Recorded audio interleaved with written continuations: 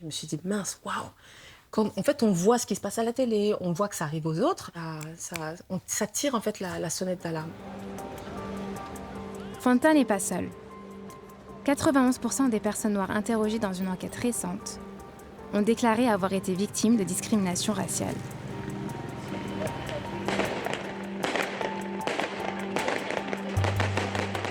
En juin dernier, les émeutes ont éclaté à travers la France suite à la mort de Naël Merzouk, tué par le tir à bout portant d'un policier.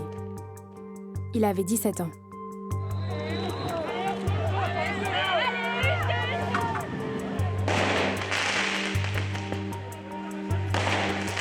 L'enquête sur cette affaire est toujours en cours, mais les événements ont secoué la nation.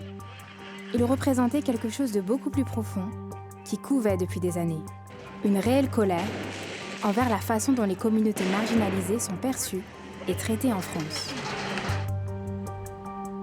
Épinay-sur-Seine, une banlieue au nord de Paris. C'est ici que Fanta vivait avec son fils. Ibrahim, bref, fais vite, tu rentres à la maison, d'accord? Et où il retrouve encore ses amis. Je marchais sur le côté de la route, mais vraiment sur le côté. Et en fait, après, il y a une voiture de police qui est passée. Sauf que moi, il m'avait parlé, mais je n'avais pas entendu. Je continuais à parler avec mes amis. Ils sont repassés une deuxième fois. Et ils m'ont dit d'aller sur le trottoir. Et du coup, moi, je vais sur le trottoir. Sauf que quand je marche, après, ils m'ont coupé la route. Après, ils ont commencé à mal me parler et tout. Ils m'ont demandé si je veux faire un tour en garde à vue.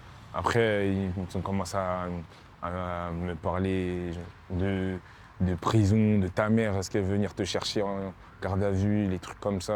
Je dis non, pourquoi elle va venir me chercher alors que je n'ai rien fait? Après, je n'ai pas vraiment compris pourquoi il m'a mal parlé. Et du coup, pendant toute la journée, j'ai commencé à repenser à ça.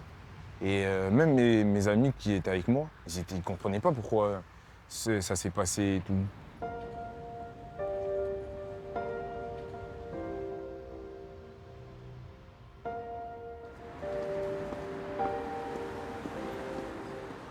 Bonjour la team, vous allez bien? Vous m'entendez?